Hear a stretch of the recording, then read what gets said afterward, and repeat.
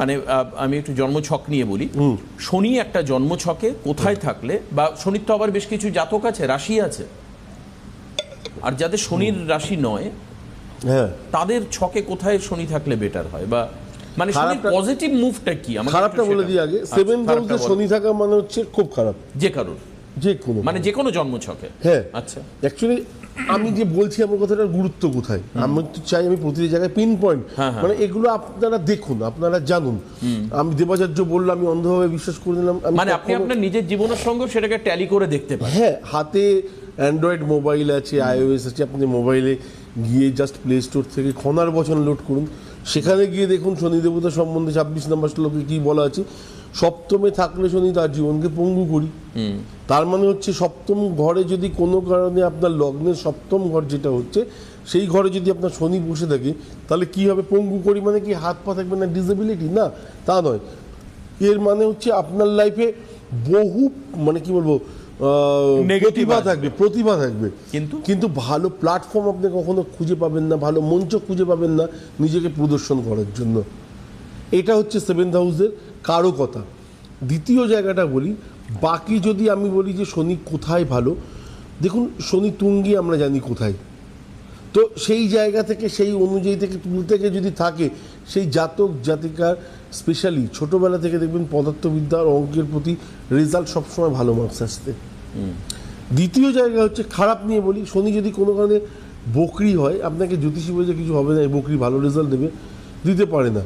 100% ভালো রেজাল্ট কখনো দিতে পারে না। আপনি যেটুকুনি পাবেন সেটা হচ্ছে 20% থেকে ম্যাক্সিমাম 25%, বাকিটা কিন্তু উজ্জ্ব থাকবে। কতদিন থাকবে বকরি? এটা বকরি তো যদি জন্মছকে থাকে একদম, যতদিন তুমি বাঁচবে। গোচরে বা এতে না না না না না, গোচর তো কেটেই যায়, একটা সময়ের পর তো সে কেটেই যায়।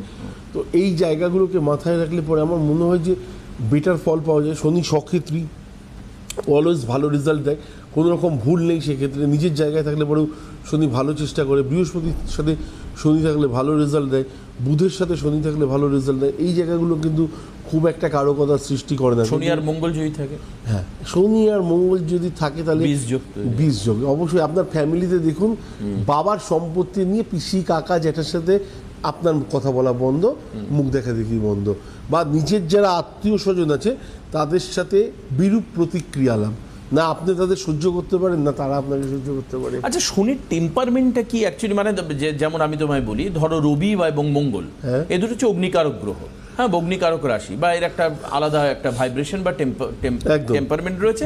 এবং এই জাতকেরা মূলত একটু মাথা গরম হওয়া বা রেগে যাওয়া, বা অথবা হয়তো রবির জাতকের নাম যশ বিরাট একটা খ্যাতি হলো, এরকম কিছু থাকবে।